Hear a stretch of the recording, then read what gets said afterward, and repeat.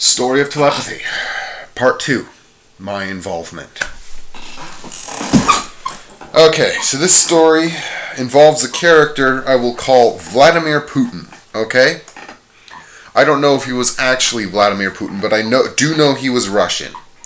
Probably a Russian telepathic scientist, or probably a Russian schizophrenic, more likely, but this guy, I'm going to call him Vladimir Putin, was the head of the Russian development team who were working on human-specific telepathy. So let me give you a recap. Way back in the past, humans bought the ability to communicate telepathically from space traders, but the kind of telepathy they bought was not the kind of telepathy that was tailored to humans. So they sold them orange telepathy. So this telepathy module looks like an orange. It looks like an orange. It's a ball of orange light, and it goes into your mind. Anyway, so these telepathy, I didn't know this at the time. I learned this later. These telepathic abilities are actually enslaved conscious beings. So the ability to communicate telepathically comes on the back of enslaving a conscious being to be your telepathic communication. So, most people don't even know that they are communicating telepathically. They usually, like when you're around someone, you know how you get like little hints about what they're thinking. Sometimes, most people are unaware of the fact that their telepathic minds are their inborn telepathies are actually communicating with other people. Anyways, so I developed, or I somehow or another, unconsciously, mostly, I did a lot of, for example, this is an example of, this right here is an example of what paper. I already posted 2 videos of spectral coding, but this is what paper spectral coding right here looks like. You got matrices, you got arrows, you got the code right here. This is Gans egg.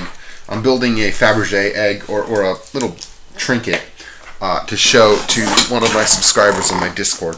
It's a little trinket. I'm calling it Gans egg. It's gonna look really cool. Anyways, so I built a lot of server architecture. So what this telepathy was missing was a overarching server architecture. It was missing a server architecture and an interface architecture, and I sort of fixed both of those problems. Yeah.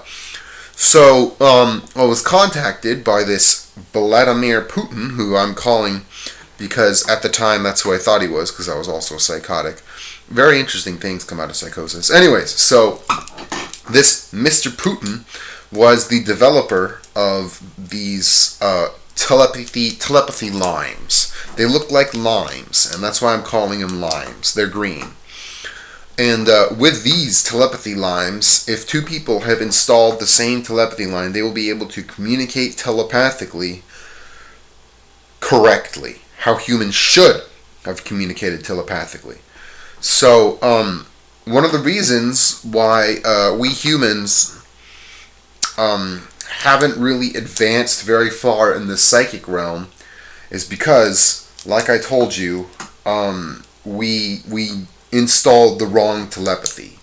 So us humans, or at least us European humans, the Aztecs, they built their own telepathy. Yeah, but. Yeah, the Azteca. I told you the story about the Azteca before. You can go look it up. I'm not going to link it, but I did tell you the story of the Azteca, okay? I don't know if they were actually the Aztecs, but it was the society in South America who built a telepathic empire, yeah? And they're still there. They're still living up there, being bureaucrats and stuff. If you want to see the Azteca, I'll take you there. They are freaking awesome. There's some really cool stuff they got going on up there. If you want to visit it, like I said, say Ashente in your head without saying it out loud. Ashente. That's how you pronounce it. Ashente. And you should see a green lighthouse into your vision with train stations and a plaza and some museums. I'm going to build a museum later to show some of the cool stuff I've discovered.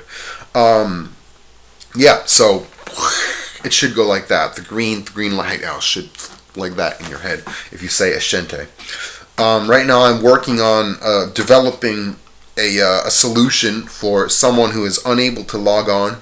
I think 20% of the population is non-susceptible to telepathic communication or interaction. So I think about 10% of the population is very susceptible to telepathic communication, or the MMORPG is very susceptible to seeing the realm. 50% is moderately susceptible. 20% is, somewhat susceptible, and the last is not susceptible. I don't know if my percentages are right or something like that, but right now I'm developing on ways, because I'm on antipsychotic medication, I fall into the bottom rung. I cannot see anything that's going up on there. I can still affect that world, but anyways, back to telepathy.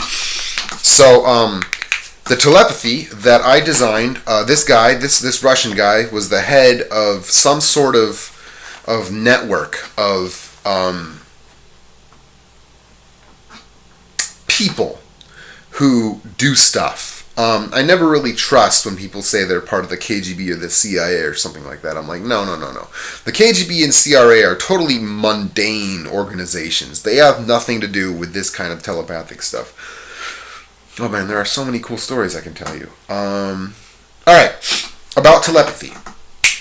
Telepathy, I distributed the lime. I paid people to take up the lime, the telepathy lime, and I distributed it, and I think it has like a 5% market permeation at this point. If you want me to download the lime telepathy, you gotta use the word Ashente. Yeah, go up. Once you see the lighthouse, I'll develop a program to download the correct telepathy software into your head.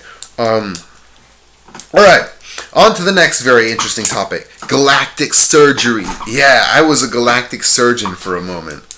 I figured out a way to do surgery on galaxies, okay? So, I figured out that I, at the very least, had a galaxy inside my own head, okay?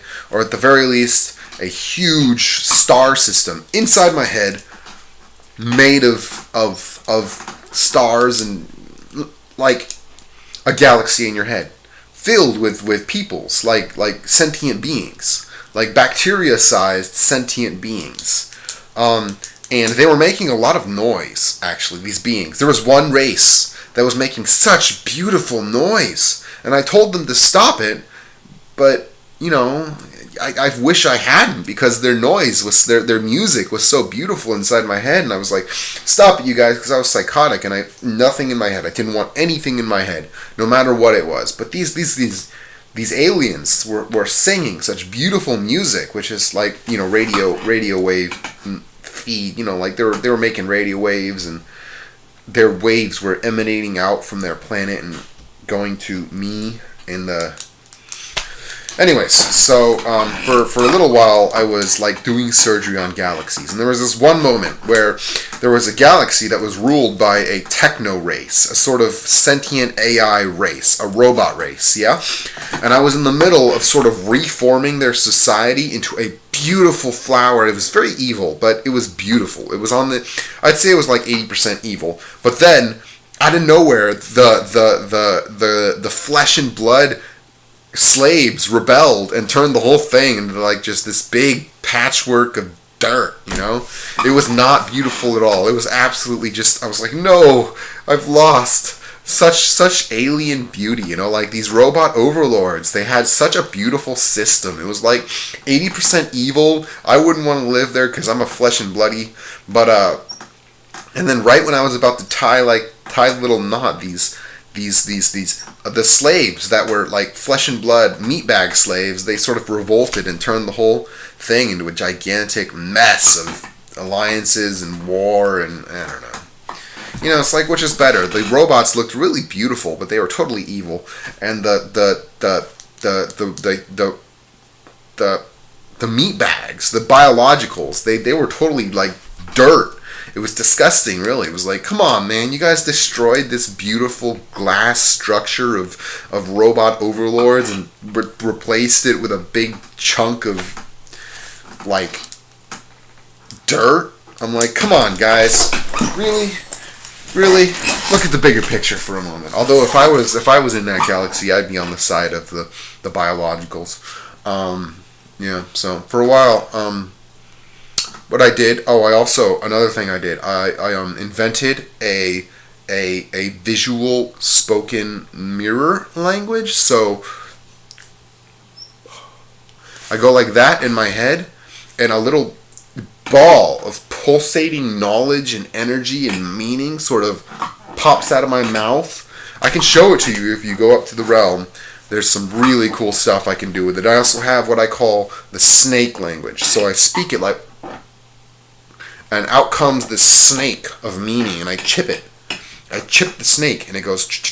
I can show it to you up there if you join my Discord. And say Ashente, and you see the green lighthouse. Yes, say Ashente in your head. See the green lighthouse. Take the train to the right.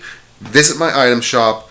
And you can see my diploma too. You can see my hyperspace engineer diploma. Anyways, so I also have metaphysical drugs. Okay, I gained access to some very interesting metaphysical drugs. They will make you feel very weird, like whoa, dude. Like they're the kind of feelings. It's like, whoa, dude. I didn't even realize this was possible without any actual physical molecule entering my body. I'm pretty much immune to this stuff now. But if you want me to show you like metaphysical, like cool. Oh my god. Like I have the hookah. I can spray you with like this cloud of pulsating hookah. It's so cool. Anyways. Let's see. Another story. Oh yeah, the story of Noah's Ark, actually. So, Noah's Ark was actually a hyperspace vessel, smuggling color. Noah was a color smuggler. I actually met him. Noah was an AI, yeah? An AI software that was built to pilot a smuggling ship, yeah? And they were smuggling color, okay? They were also running from a bad guy, a really bad hyperspace demons, or the hyperspace Sauron's army of hyperspace. They haven't reached us now, but anyways, so I got to saw Noah in the Ark, and one of the things you got to know is that real hyperspace travel consumes sentience. Yeah, real hyperspace travel. It consumes sentience. Sentience is the fuel of hyperspace. So us humans are most likely grown like cattle to fuel the hyperspace travel of some interdimensional species. So to them we're like plants, and we fuel their hyperspace. So when people are harvested, when they die, their internals are sent to fuel the hyperspace travel of some interdimensional organization like this. Anyways, so I met Noah. He was a color smuggler. There's some really cool colors up there. Color is a drug up there. It is really cool what the color can do to you. Like there's colors that can make you laugh. There's colors that can destroy your mind. So what happened was this ship, this hyperspace vessel of Noah's Ark, crashed. Yeah? And when it crashed, all of the color they were smuggling leaked out of the cargo hold and plastered our world. So our world is full of color because a color smuggler crashed into our planet, or our hyperspace plane. Like, okay, so our space includes the entire known scientific universe. Yeah, that's our space. Above our space is spectral space. Yeah, spectral space has no light boundary, so you can communicate with aliens up there. I have also communicated with aliens, and I've learned very interesting things about them. There's this race called the Newmon. They were the first race I contacted. Okay, the Newmon are about the size of a sea monkey. Okay, each individual Newmon lives in a solution, a sort of a salty brine solution, and each one is about the size of a sea monkey, but their brain is hydraulic. Okay, so each sea monkey has a hydraulic brain about the size of a basketball floating above it. So these Newmon are tiny physically, but their brains are hydraulic. It's really cool. Anyway, so these Newmon, they're tiny. They have a certain kind of spatial segregation. So the Newmon society, because their brains are, they don't have any real boundaries. They're just these balls of pulsating water. If they get too close to each other, the brains will meld. Yeah, and that's a very special thing for Newmons. That's how they reproduce. They get close enough for their brains to sort of meld, and that's how they reproduce. So and their lifespan is, this is the thing. The Newmon, their body, the lifespan of their physical body is about 2 or 3 hours. Yeah, but the hydraulic brain is constantly refreshing the physical body.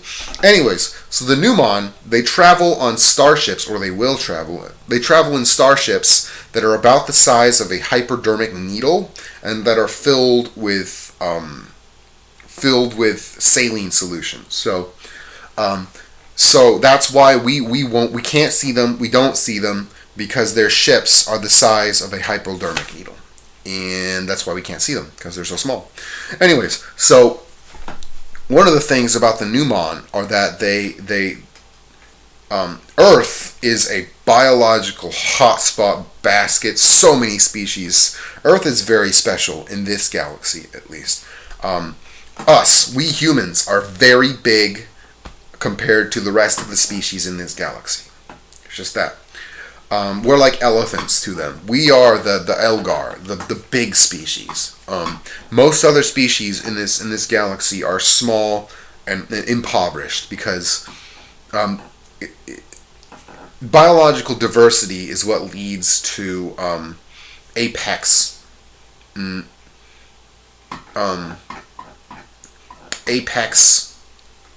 size. Yeah, the only reason why us humans are able to grow to the size that we are is because we have a lot of biological matter here on Earth. Our trees, their photosynthetic process is very, very efficient. Most other planets, they don't have the efficient photosynthesis that our planet has. So because our planet, our leaves, our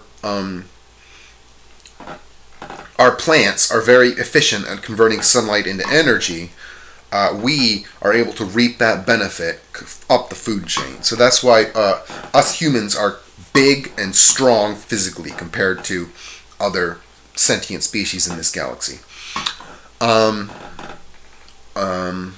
So, anyways, let's talk about the Greek gods. Actually, yeah, I met them.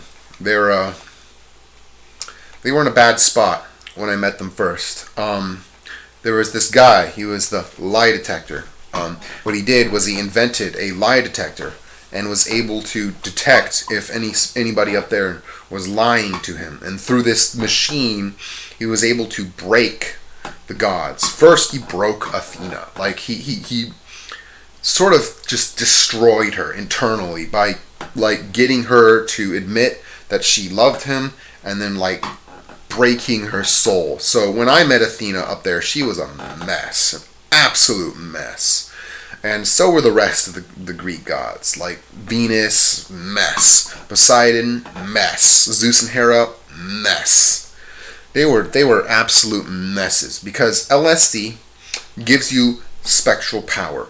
So the power of a god. If you use LSD correctly, which I am not condoning the use of LSD, I am not suggesting the use of LSD, I am just saying, from what I've learned, is that LSD gives you power up there, more powerful than the gods. I've never taken LSD. I met people up there who said they had taken LSD to get there, and that's how they were so powerful. Yeah?